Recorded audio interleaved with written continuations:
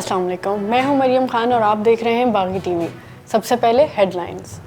سابق وزیر اعظم نواز شریف کا نام ای سی ایل سے نکالنے کے حوالے سے وفاقی کابینہ کی ذیلی کمیٹی نے حتمی سفارشات تیار کر لی۔ سفارشات وزیر اعظم عمران خان کو بھیجی جائیں گی۔ وزیر اعظم سفارشات کا جائزہ لے کر حتمی فیصلہ کریں گے۔ سفارشات میں کہا گیا ہے کہ قانون اور آئین کے مطابق فیصلہ کیا جائے۔ سفارشات میں نیب کے موقف کو بھی شامل کیا گیا ہے۔ کراچی سے لاہور آنے والی قراقرم ایکسپریس حادثے کا شکار ہو گئی۔ صفدرآباد اسٹیشن پر قراقرم کا انجن اور 2 بوگیاں پٹری سے اتر گئیں، جس سے قراقرم ایکسپریس کی ایمرجنسی بریک کے باعث متعدد مسافر زخمی ہو گئے۔ وفاقی وزیر سائنس اور ٹیکنالوجی فواد چودھری نے کہا ہے کہ حکومت نے بڑا قدم اٹھایا ہے۔ شریف فیملی میں پارٹی لیڈرشپ کی جنگ جاری ہے۔ نون لیگ نواز شریف کی صحت پر سیاست نہ کرے۔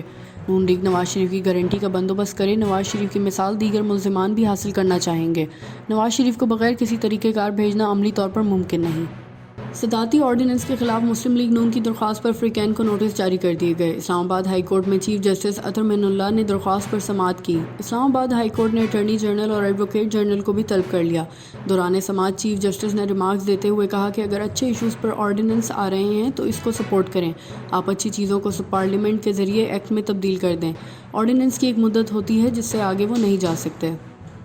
احتساب عدالت لاہور میں آمدن سے زائد اثاثہ جات کیس کی سماعت ہوئی۔ عدالت نے حمزہ شہباز کو جوڈیشل ریمانڈ میں 28 نومبر تک توسیع کر دی۔ جج امیر محمد خان نے استفسار کیا کہ ریفرنس میں تاخیر کیوں ہے، جس پر پروسیکیوٹر نیب نے کہا کہ تفتیش ابھی بھی جاری ہے، جلد ریفرنس دائر کریں گے، جس پر احتساب عدالت کے جج نے کہا کہ تفتیشی افسر جلد تفتیش مکمل کرے۔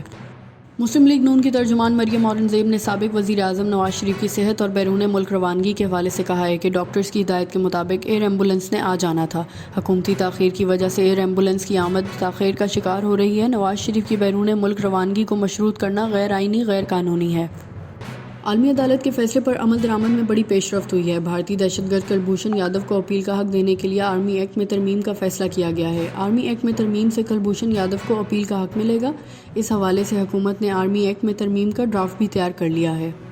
تحریک انصاف کے رہنما بابر اعوان نے کہا ہے کہ بیرون ملک جانے کے لیے حکومت سزا یافتہ قیدی سے سیکیورٹی بانڈ مانگ سکتی ہے۔ قانون کے مطابق اتھارٹی مشروط آرڈر جاری کر سکتی ہے۔ حکومت اجازت کے ساتھ شرائط بھی عائد کر سکتی ہے۔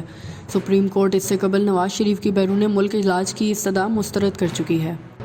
مولانا فضل الرحمان کے آزادی مارچ کے پلان بی پر عمل درآمد شروع ہو گیا ہے۔ جے یو آئی ایف کے کارکنوں نے کوئٹہ چمن شاہراہ بلاک کر دی ہے۔ بلوچستان کے صوبائی امیر جے یو آئی ایف مولانا عبدالواسع کا کہنا ہے کہ احتجاج کے پلان بی پر بلوچستان میں عمل درآمد شروع کر دیا ہے۔ پلان بی کے تحت کوئٹہ چمن شاہراہ سید حمید کراس کو ٹریفک کے لیے بند کیا ہے۔ احتساب عدالت لاہور میں پیراگون ہاؤسنگ اسکینڈل کیس کی سماعت ہوئی۔ خواجہ برادران کو عدالت میں پیش کیا گیا۔ عدالت نے استفسار کیا کہ سعد رفیق آپ نے بحث مکمل کرنی ہے یا باہر جانا ہے، جس پر خواجہ سعد رفیق نے کہا کہ ہم آپ کے رحم و کرم پر ہیں، باہر جاؤ تو پولیس اہلکار دھکے مارتے ہیں۔ میں کمرہ عدالت میں بیٹھ کر جرہ سننا چاہتا ہوں۔ میری استدعا ہے کہ احاطہ عدالت میں پولیس سائرن نہ بجائے۔ امیر البحر ایڈمرل ظفر محمود عباسی نے قطر کا سرکاری دورہ کیا۔ پاک بحریہ کے ترجمان کے مطابق نیول چیف کی قطری وزیر اعظم سے خصوصی ملاقات ہوئی۔ امیر البحر نے مسلح افواج کے چیف آف سٹاف اور کمانڈر قطر امیری نیول فورسز سے بھی الگ الگ ملاقاتیں کیں۔ ملاقاتوں کے دوران باہمی دلچسپی کے امور اور دو طرفہ بحری تعاون کو فروغ دینے پر تبادلہ خیال کیا گیا۔ قصور بچوں کے اغوا کا سلسلہ نہ رک سکا۔ باغی ٹی وی کے نمائندے غنی محمود کے مطابق کوٹ رادھا کشن میں 10 سالہ اصغر کو ایک نامعلوم کار سواروں نے اغوا کرنے کی کوشش کی تو اصغر نے شور مچا دیا، جس پر کار سوار حواس باختہ ہو کر بھاگ گئے۔ اہل علاقہ کی آئی جی پنجاب اور وزیر اعلیٰ پنجاب سے ان وارداتوں پر نوٹس لینے کی اپیل۔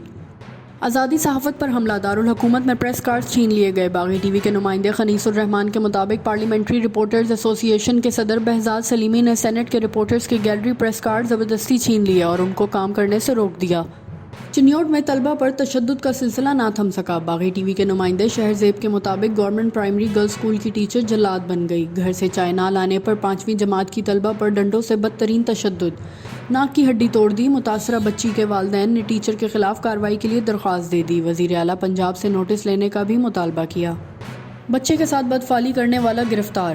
گجرات تھانہ کنجا کے علاقے میں لڑکے کے ساتھ زبردستی بدفعلی کرنے اور اس کی ویڈیو بنا کر سوشل میڈیا پر وائرل کرنے والا درندہ صرف ملزم 12 گھنٹوں کے اندر گرفتار۔ مزید تفصیلات جانتے ہیں نمائندہ باغی ٹی وی چودھری فیضان ارشاد سے۔ جی بالکل، تھانہ کنجا کے علاقہ میں لڑکے کے ساتھ بدفعلی کرنے اور اس کی ویڈیو بنا کر سوشل میڈیا پر وائرل کرنے والا درندہ سے ملزم کو پولیس نے 12 گھنٹے میں گرفتار کر لیا۔ ہمارے ساتھ ایس ایچ او تھانہ کنجا فرقان شہزاد موجود ہیں، آئیے ان سے جانتے ہیں کہ اس کی کارروائی کیسے عمل میں لائے گی۔ یہ سوشل میڈیا پہ کل ایک بدفعلی کی ویڈیو وائرل ہوئی تو جیسے ہی میں پتہ چلا اس کو ٹریس کیا کہ قصبہ منگوال میں ارسلان اور سنی نامی لڑکے نے بلال نامی لڑکے کے ساتھ بات پھیلی کرتے ہوئے ایک ویڈیو جو ہے وہ سوشل میڈیا پہ وائرل کی، تو فوراً رسپونڈ کرتے ہوئے ان کو ٹریس کیا اور اس کو ارسلان کو پکڑ کے جو ہے نا اس پہ مقدمہ درج کیا ہے۔ تو تفتیش جو ہے وہ اس میں جاری ہے، اس سے مزید انکشافات کی توقع ہے کہ اس نے اور بھی کوئی ویڈیوز بنائی ہیں تو وہ چیک کر رہے ہیں۔ لاہور ہائی کورٹ میں نابینا افراد کی ملازمتوں سے متعلق کیس کی سماعت ہوئی۔ عدالت نے حکومت پنجاب کو نوٹس جاری کرتے ہوئے 4 دسمبر کو جواب طلب کر لیا۔ لاہور ہائی کورٹ نے نابینا افراد کو معذور لکھنے سے روک دیا۔ عدالت نے حکم دیا ہے کہ نابینا افراد کو اسپیشل پرسن لکھا جائے۔ جسٹس شجاعت علی خان نے ریمارکس دیتے ہوئے کہا کہ دیکھنا پڑے گا کہ معاملات سڑکوں پر حل ہوں گے یا عدالتوں میں۔ ایسے معاملات کے حل کے لیے اب لکیر کھینچنی پڑے گی۔ یہ تھی ہیڈ لائنز۔ مزید جاننے کے لیے وزٹ کریں ہماری ویب سائٹ www.baghi.tv.com۔